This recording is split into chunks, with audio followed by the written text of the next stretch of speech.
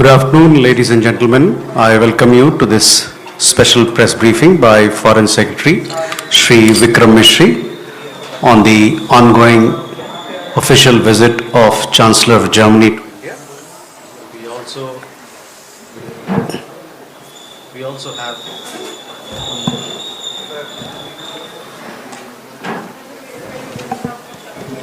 We also have with us Additional Secretary in the Ministry of External Affairs, Shri Piyush Srivastava. With that, I'll request Foreign Secretary to make his opening remarks, after which we'll take some questions.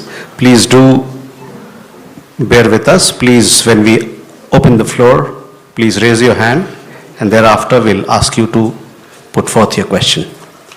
So with that, the floor is yours. Thank you, Randir. Good afternoon. Thank you all for joining this briefing. As you are all aware, the Chancellor of the Federal Republic of Germany, His Excellency Friedrich Merz, is on his first official visit to India after taking over as Chancellor. Notably, this is also his first visit to Asia after taking off his legation, which reflects the importance that both sides place on the trade, business and investment side of the relationship. The timing of this visit is also particularly significant. It's taking place in the Silver Jubilee year, 25 years after the establishment of the strategic partnership between India and Germany. And it is also taking place in the Platinum Jubilee year, the 75th year after the establishment of diplomatic relations between India and the Federal Republic of Germany. And the visit, therefore, provides an opportunity to take stock of this very rich, very important partnership, and more importantly, to set an ambitious agenda and target for the future. The Chancellor had a busy program on the first day of the visit. In fact, he's still in the process of completing his engagements for the day. This morning, he was welcomed by Honorable Prime Minister Shri Narendra Modi at Sabarmati Ashram. The two leaders visited the ashram and paid tribute to the memory of Mahatma Gandhi. They visited Hriday Kunj, where the Chancellor was given a demonstration of the charkha. And thereafter, at the Sabarmati riverfront, Chancellor Merz and Prime Minister Modi participated in the famous kite festival of Ahmedabad, which sees participants and visitors from around the world. Following that, the Chancellor and the Prime Minister held wide-ranging discussions in restricted as well as delegation-level formats, covering the entire spectrum of the bilateral relationship, as well as regional and global developments. And let me just give you a flavor of the discussions that took place between the two leaders. The Chancellor, for instance, remarked on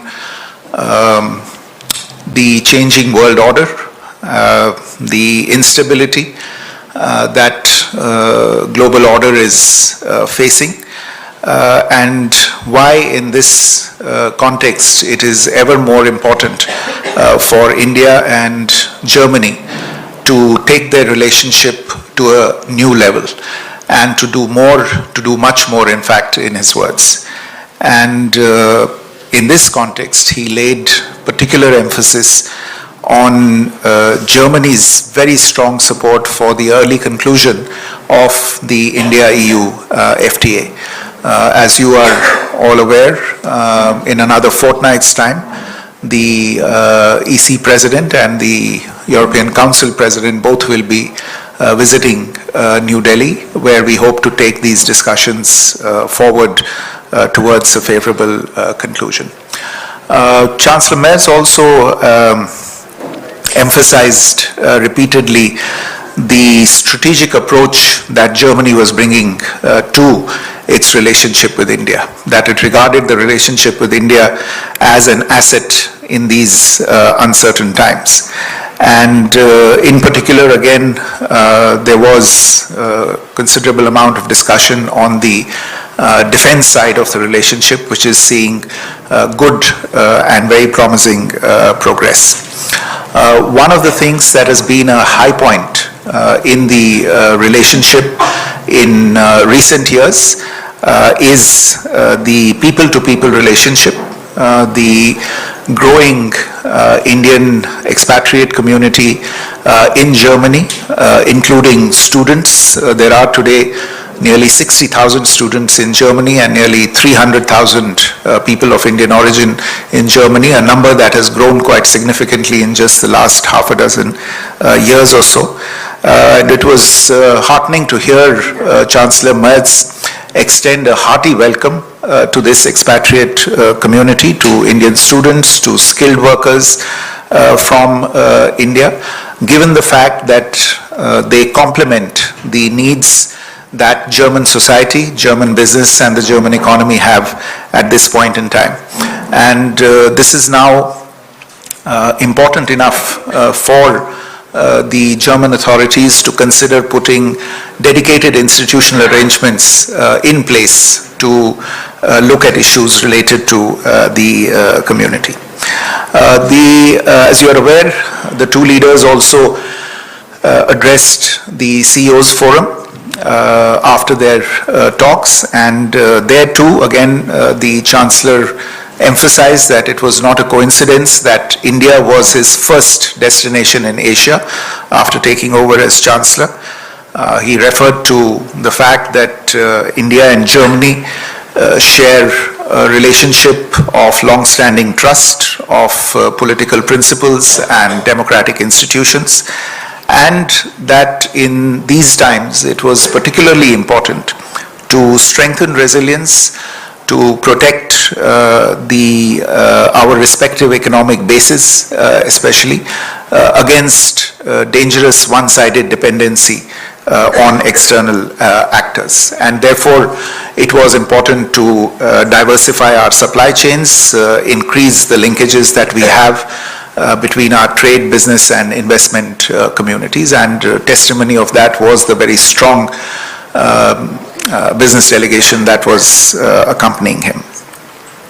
In his remarks, Prime Minister Shri Narendra Modi pointed to the strong growth that had taken place in trade between India and Germany, which has now crossed nearly $51 billion. And that represents a quarter of all of India's trade with the European Union. And the Honorable Prime Minister emphasized on the need to draw up a vision for taking this development forward. He also referred to the trend that we are seeing in terms of control and weaponization of technologies, and therefore the need for India and Germany to cooperate in this regard. And therefore some of the agreements that are being or that were signed during this visit and announced during this visit, such as those related to semiconductors, to critical minerals, etc., were also referred to by the Prime Minister. A special mention was also made by the Prime Minister of the flagship India-Germany Cooperation Program, the Green and Sustainable Development Program, under which Germany extends assistance to green energy infrastructure programs in India. And I should say that two of those programs are in this state itself in the form of the assistance that has been extended to the Ahmedabad Metro and to the Surat Metro project.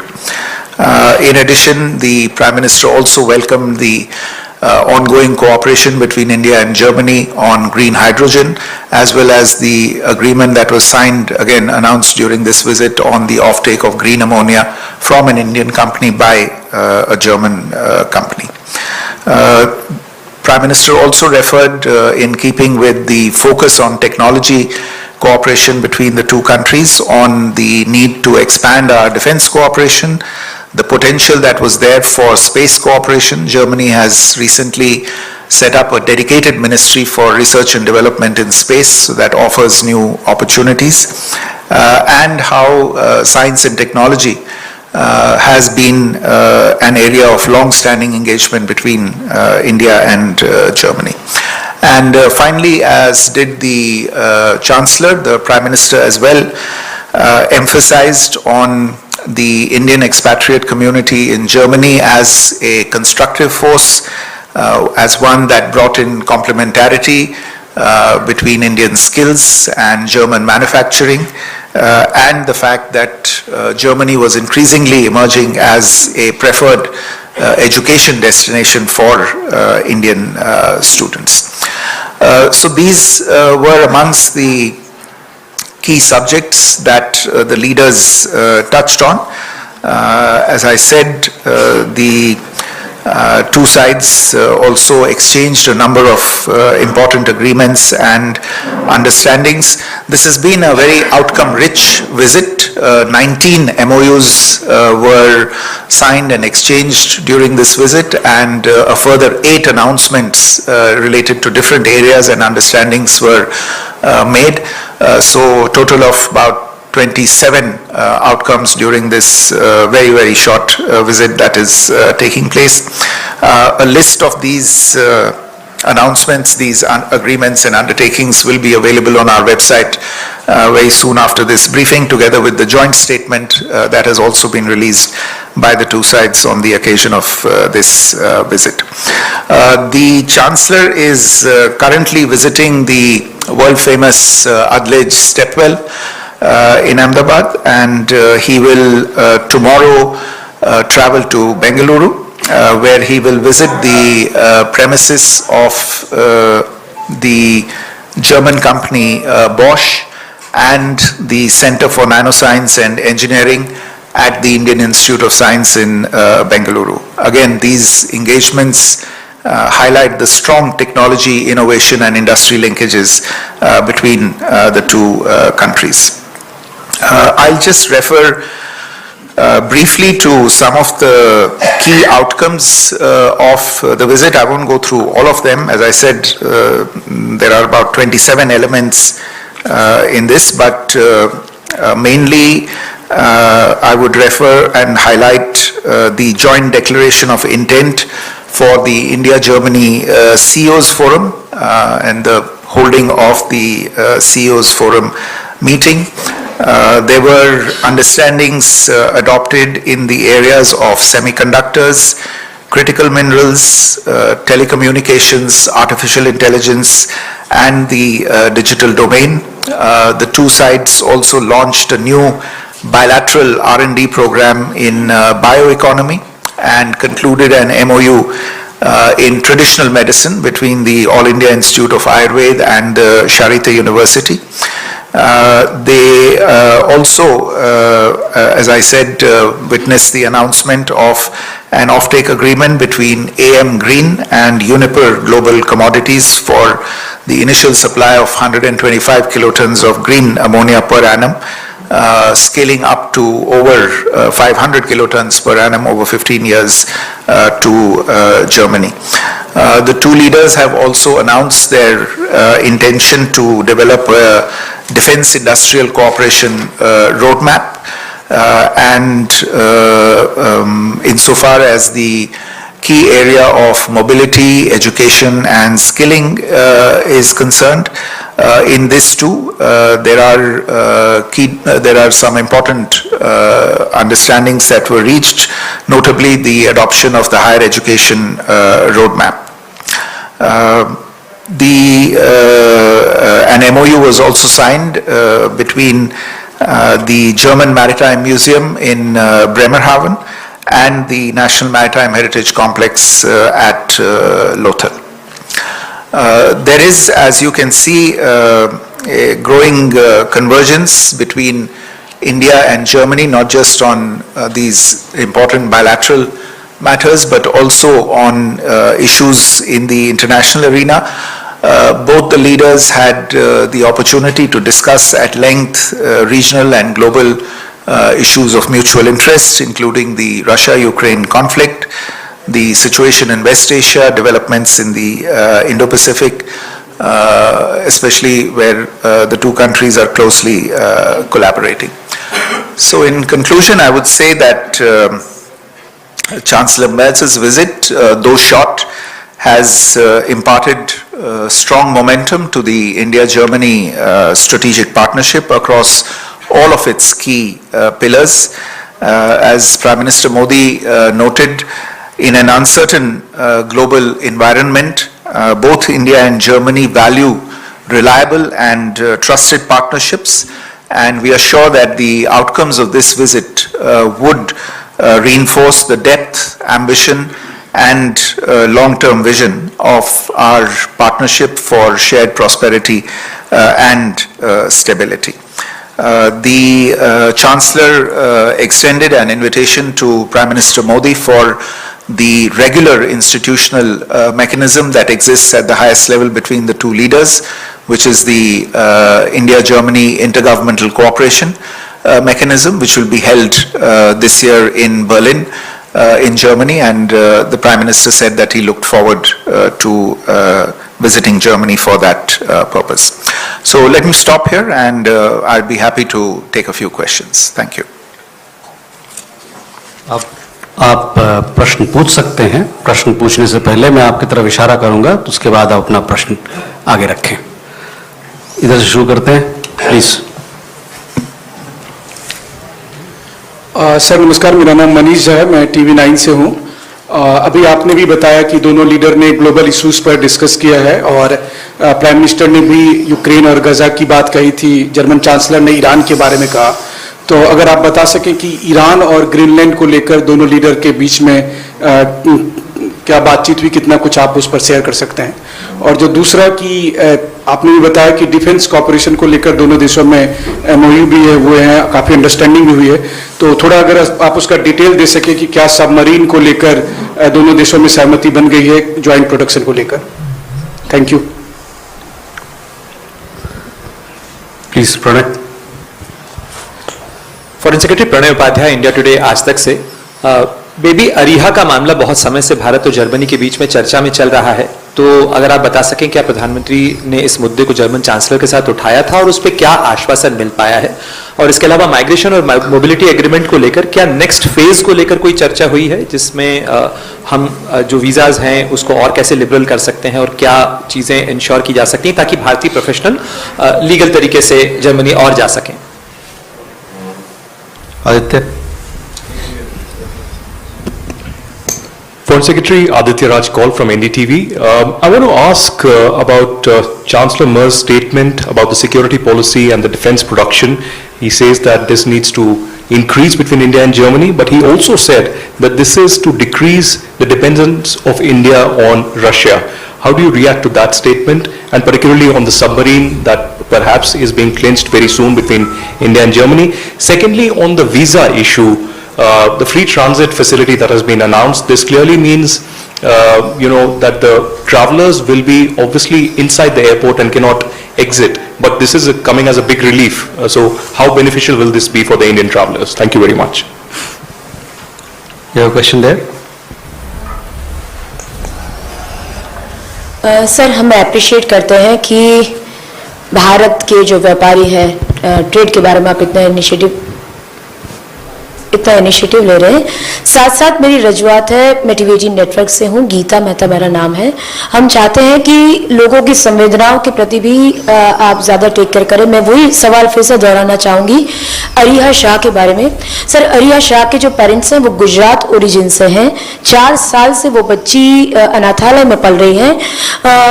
जो German hospital था उन्हें abusing का आरोप लगाया था, जो बाद में कोर्ट में फेक साबित हुआ है. इवन मेडिकल टेस्ट में भी फेक साबित हुआ है। एक एमपी है राज्यसभा के, उन्होंने भी इसके बारे में रजूआत की है। तो अगर ये चांसलर यहाँ पे आए हैं तो इसके बारे में श्रीमान जयशंकर जी बात करेंगे, क्योंकि श्रीमान जयशंकर को लेटर लिखा गया है और गुजरात ओरिजिन से ये दंपति हैं जो काफी पीड़ित हैं और उनकी जो बच्ची है वो भी उसी अवस्था में होगी। तो वो सवाल पूरे टीवी 18 नेटवर्क की तरफ से हमारे लिए बहुत प्रायोरिटी है, क्योंकि संवेदनाओं की बात है। Thank you. Yes, question. Good afternoon. I am Chintan Acharya from Divya Bhaskar. नमस्कार, मैं केतन जोशी CNBC आवाज से। सर, अभी जो आपने 27 MOU की बात की, तो अगर उनकी साइज आप बता पाए। दूसरी ओर ये कितना महत्वपूर्ण है, क्योंकि एक तरफ यूएस की डील होते होते अटक जाती है और अभी उनके एम्बेसडर ने एक स्टेटमेंट भी दिया कि हम कल से इसके ऊपर और बात करने वाले हैं। तो क्या इसको जोड़कर भी अगर आप कुछ कहना चाहेंगे? एक तरफ यूएस डील अटकी है, दूसरी तरफ जर्मनी के 27 MOU, कितने मायने? So we can take these questions and come back. Okay. तो मेरे विचार में सबसे पहले आप में से कई मित्रों ने बेबी अरिहा का जो मामला है उसके बारे में प्रश्न पूछे हैं, और जाहिर है कि ये एक बहुत ही संवेदनशील विषय है। इसको लेके काफ़ी समय से जर्मन सरकार के साथ जर्मनी की जितनी भी अथॉरिटीज़ हैं, यहाँ दिल्ली में उनके राजदूतावास के साथ और बर्लिन में जर्मन सरकार के साथ, और उनकी सभी जो एजेंसीज़ हैं जो इससे जुड़ी हुई हैं, उनके साथ हमारी बातचीत चल रही है। जैसा कि आपको ध्यान है, ये मामला एक तरह से एक समय पे लीगल मामला था, लेकिन हमारा मानना है कि ये मामला अंततः एक ह्यूमैनिटेरियन इश्यूज को ध्यान में रखते हुए ये इस तरह से इसको अप्रोच किया जाना चाहिए। जो परिवार की व्यथा है, जो उनकी मुश्किलें हैं, मैं ये तो नहीं कह सकता कि हम उनको समझते हैं, क्योंकि सिर्फ वही उसको अच्छी तरह से समझ सकते हैं, लेकिन हमें पूरी जानकारी है इसके बारे में, और हर समय पे जितना हमसे बन पड़ रहा है हम उनकी मदद करने की कोशिश कर रहे हैं। ये भी कोशिश कर रहे हैं कि बेबी अरिहा को जितनी उसकी परवरिश एक तरह से एक भारतीय माहौल में हो सके, चाहे वो भारतीय लोगों के साथ उठना बैठना हो, भारतीय त्योहार जो वहाँ जर्मनी में मनाए जा रहे हों वहाँ पे वो आके उनमें भाग ले सके, और उसे हिंदी सीखने का इंतज़ाम करना, इन सभी चीज़ों पे हमारी कोशिश चल रही है। कुछ और चीज़ों को लेके भी अभी हाल ही में हमने कोशिश की है।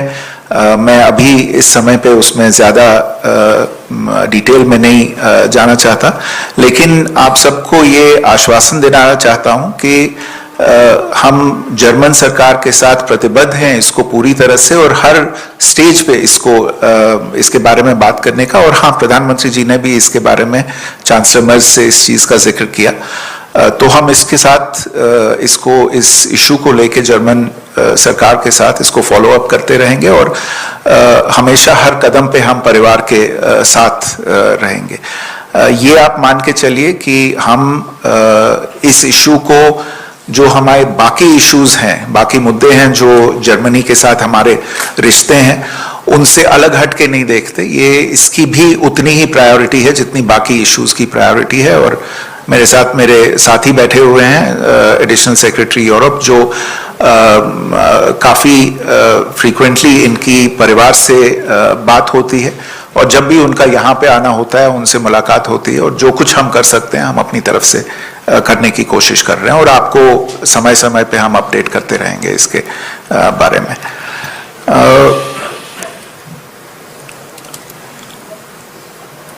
थिंक कुछ आप में से कुछ मित्रों ने डिफेंस कोऑपरेशन और जर्मनी के साथ जो सबमरीन को लेके बातचीत चल रही है, उसके बारे में कुछ सवाल उठाए हैं। तो देखिए, जहाँ तक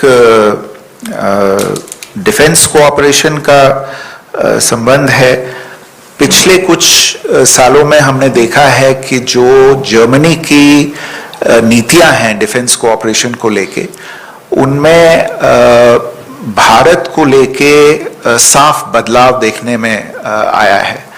जो पहले स्थिति थी जहां पे जो निर्यात के लिए क्लियरेंसेस वगैरह चाहिए होती थी, जिनमें बहुत समय लगता था, या वो निर्यात के लिए जो क्लियरेंसेस चाहिए होती थी वो मिलती नहीं थी आसानी से, वो हमने देखा है कि वो अब काफी जल्दी, काफी तेजी से होने लगी हैं, और अब जो बैकलॉग है वो करीब करीब पूरी तरह से क्लियर हो गया है।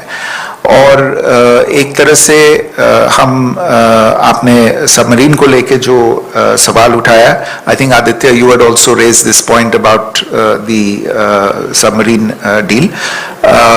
As you are probably aware, there are technical, financial, commercial discussions that are involved in a deal of this kind.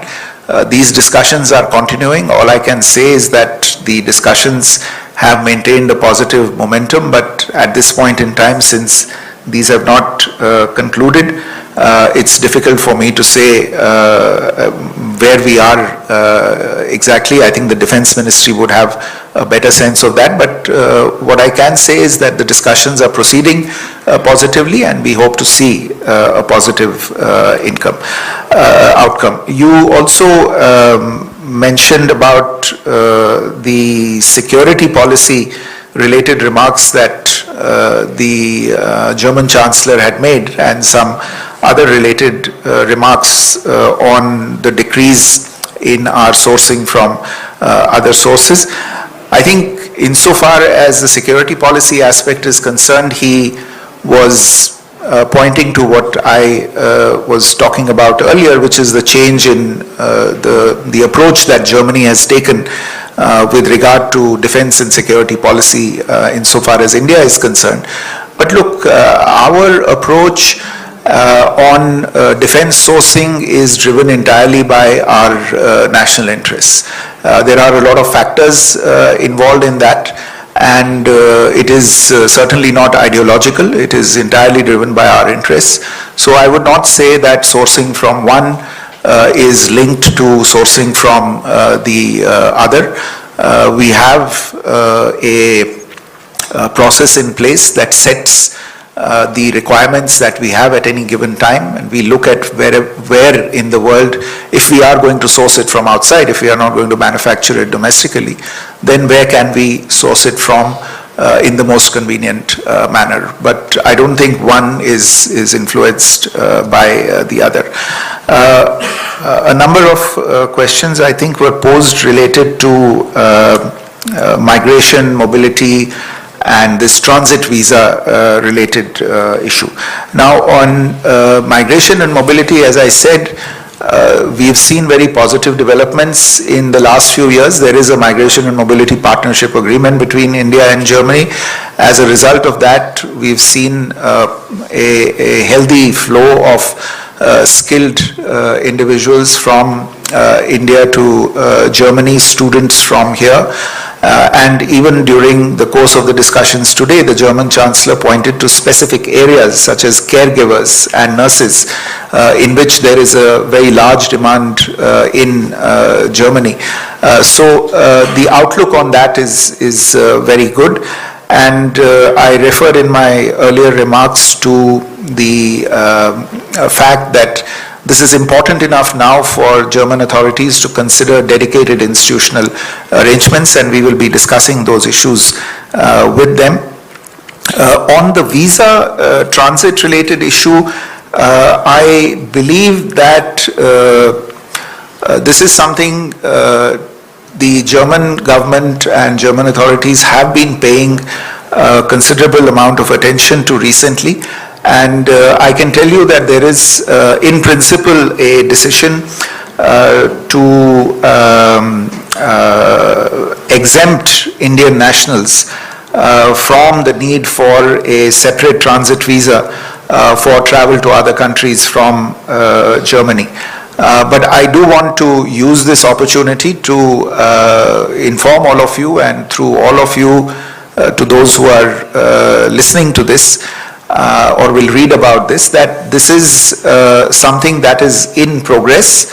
So we should wait for the paperwork in this regard to be completed, for the official announcement to be made, because there are a certain number of internal legal and other processes in Germany that are involved.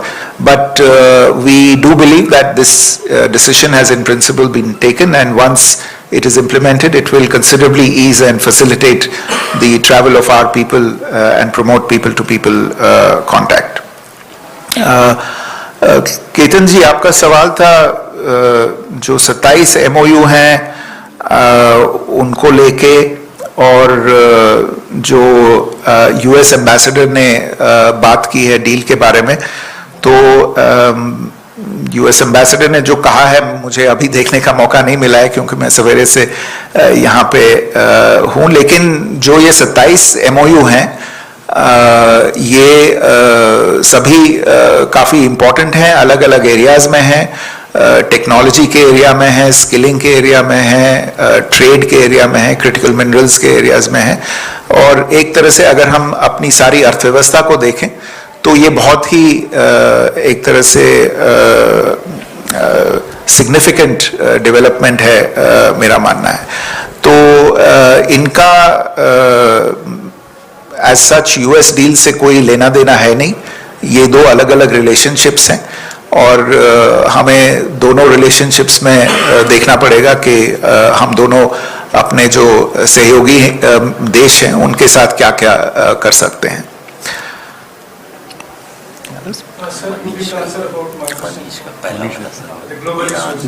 हाँ, look, on Iran and Greenland, these are, I mean, I won't be able to go into the details of what the two leaders discussed, but insofar as the situation in Iran is concerned, I mean, it's a country that we have a very close relationship with, so we are watching the developments that are taking place there, the disturbances that one can see on the streets over there. We have a significant community of expatriate Indians and also students from India in Iran. Our embassy, despite the restrictions that are in place on information, etc., has been able to reach out to the student community and has managed to find out that they are all good, they are doing well, and they have not faced any difficulties thus far. We have advised all of our compatriots there to rest in place, to not venture out or find themselves in the middle of the disturbances that are going on, and we continue to watch the situation very, very carefully. And on Greenland, I think we have as much information as you have, and we are continuing to watch these developments related to that. Thank you. We have more questions. A question here first. Sir, I'm Chintan Acharya from Dainik Bhaskar, Divya Bhaskar group. I would like to ask you that free trade agreement that is going to be signed between EU and India, is it going to ease the burden on India post-tariff regime by US, and India is seeking other markets across the globe? And if so, how much of burden would be decreased from India post this FTA? We have a question there behind. Yeah, please. Good evening, sir. This is Aparna Khun from Akashvani News. So you just mentioned about the increasing cooperation between the two countries with respect to green hydrogen and green mobility. And you also mentioned regarding the Surat and Ahmedabad project, I guess. So can you please elaborate on that? And because Gujarat being the emerging hub of green hydrogen and Germany being the one of the largest producer of green hydrogen in the world, so how will it benefit to India and particularly Gujarat? And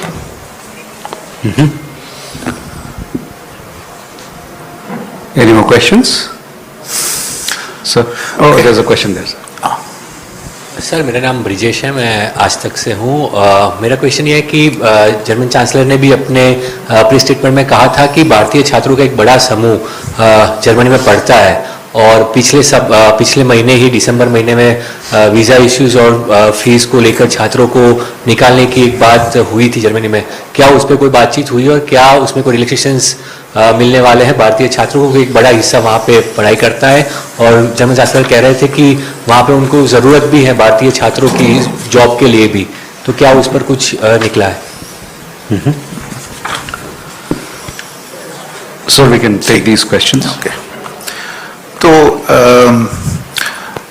Chetan, your question on the India-EU FTA, and I think you are trying to draw some implications for our discussions that are also on with the US. Again, these two stand on their own. It is a fact that insofar as the India-EU FTA is concerned, this is an agreement that has been under discussion for quite a long time. But there is no doubt that on account of developments in recent years, the urgency in concluding this FTA has increased, and last year in February, when the EU College of Commissioners paid an unprecedented visit to India, a political decision was taken at the highest level to expedite the conclusion of this FTA. Since then, the two sides have conducted several rounds of intense negotiations. I believe at least 6 physical negotiation rounds have been held, and a very large number of virtual negotiating rounds have been held. As a result of that, there is a considerable amount of progress that has been made. Certainly, this is an effort by us to look at expanding our markets, even as markets elsewhere come under pressure. The EU is a very large trading partner for India, but there is much more potential. As I said, with Germany alone, we have $50 billion in trade, which is 1/4 of our total trade with the EU. But as both the Prime Minister and the German Chancellor said, there is scope for doing much, much more. So we believe that the India-EU FTA will serve that purpose. The discussions with the US as well, they are continuing to take place. We remain engaged with them, but there is no real connection between the two. They are being taken forward as independent enterprises. Aparna, your question on the initiatives related to green hydrogen, the green and sustainable development partnership between India and Germany. As I pointed out earlier also, this is a flagship area of our cooperation, and the GSDP has in fact contributed to some